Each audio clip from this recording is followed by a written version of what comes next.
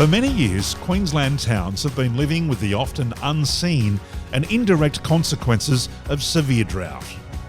When we experience rainfall in our own backyard or see weather events in the news, it's hard to comprehend and easy to forget that large sections of the state are receiving little or no rainfall at all. The people in the city who come on these drives are actually learning about the impacts the drought is having on our farmers and their rural communities, and they're gaining a better understanding of the challenges that our farmers go through a challenge of drought or a natural disaster. And then I think the other side is the reward that it brings to the rural communities that we go to. It's putting money into the rural communities. It's the farmers that we go and visit, it's the rural towns we go visit, actually seeing that people from the city really genuinely care. Yesterday was day 6, 409 kilometres from Windora to Baduri, following the Diamantina Development Road and then the Air Development Road. Today, day 7, it's Baduri to Birdsville, a 187 kilometre drive.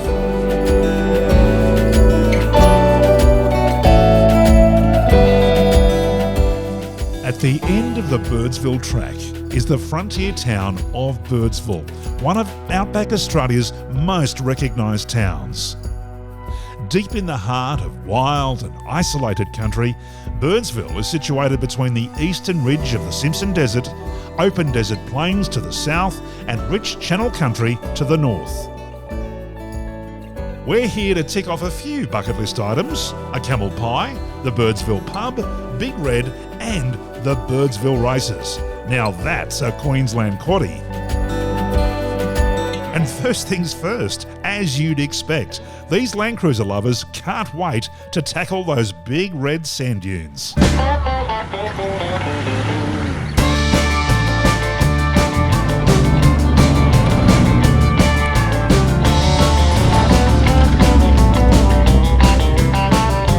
Big Red is about 35 kilometres outside of Birdsville.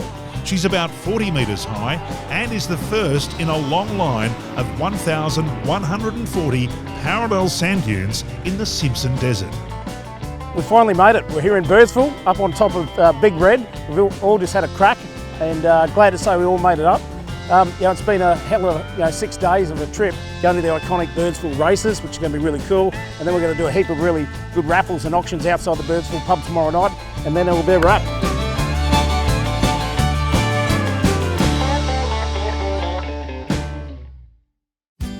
With plans to spend day 8 at the Birdsville races, it's recommended that you start the day with a breakfast of champions. And out here, that means only one choice. So here we are, Birdsville Bakery, famous camel pie. So we'll have the first bite as is.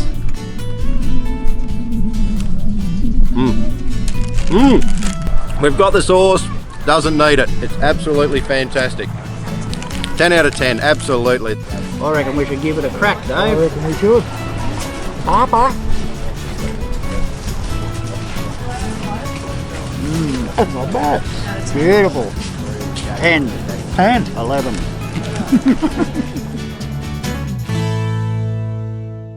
It was the spring of 1882 when the first Birdsville races was held.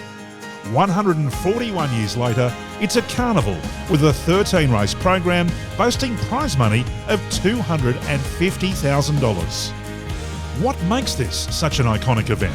Well, take a look around. It's remote, it's colourful, and it's all about having a laugh and a good time. And, of course, the fashion. Right! Crikey!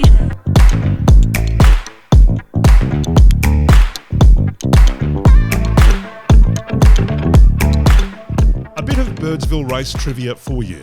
The track itself is 2,000 metres in circumference, with the longest race, the 1,600 metre Birdsville Cup, starting in the back straight. Birdsville is still one of only 4 tracks in Queensland that runs anti-clockwise. The colour and character from the races flow seamlessly into the Birdsville Hotel, which is the focal point of the multi-day event. This pub has endured floods, fires, even cyclones to stand as a symbol of the spirit and character of the outback. So it's only fitting that we line up our iconic Toyota 40 Series Land Cruisers, also a symbol of the spirit and character of the outback, outside the pub with Channel 9's Today Show broadcasting live to the nation. The Birdsville Hotel has been a refuge for many travellers out this way for many, many years. Some may say it's a rite of passage to partake in a frosty lager off the tap, or two. It's one of those places where you can't help but ponder life and all its meanings, away from the distractions of the city. And this is true for our Long Drive for Drought participants. We've done a fantastic job.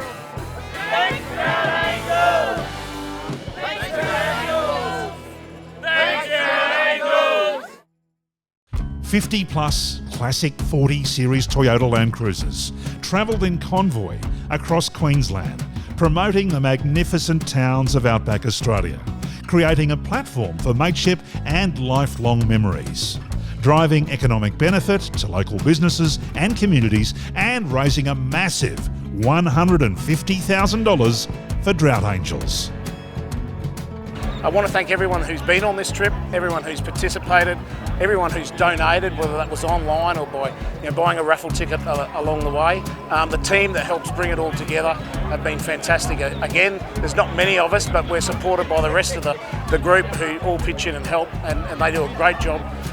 We've got all these fantastic sponsors, and they might be either big organisations or small mum and dad businesses who just want to make a little bit of a difference. I want to thank the farmers who we got the privilege to go and visit and see their properties, but also farmers in general. That's what we're out here to do, is to support them. They're the ones who put shirts on your back and food on your table, so I want to say a big thank you to them. And of course, our major sponsor, Ampol, have just been fantastic to work with. We wouldn't be able to do what we do without them and all the rest of the sponsors. So a big thanks to Ampol and to everyone. It's been great.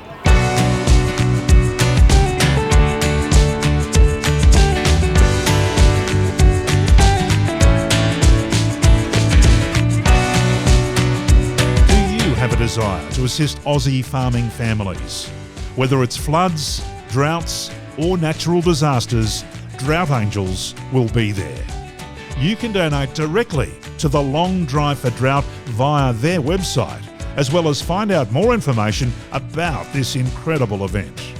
Or you can pop onto the Drought Angels website, where you'll find several ways where you can show your support.